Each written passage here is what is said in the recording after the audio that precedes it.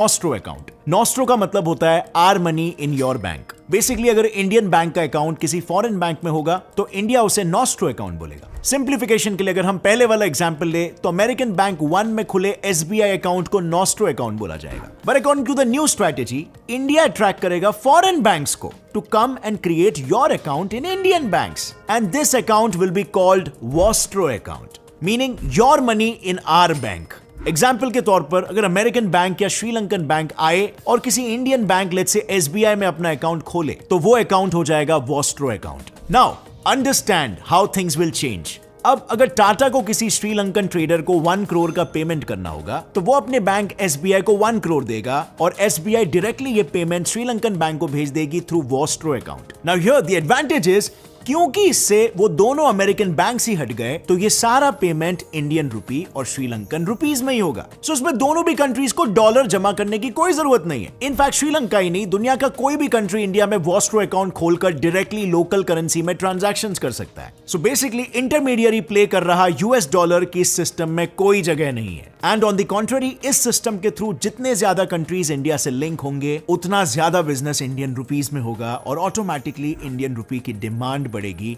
and hence बढ़ेगा रुपी का value भी बिल्कुल वैसे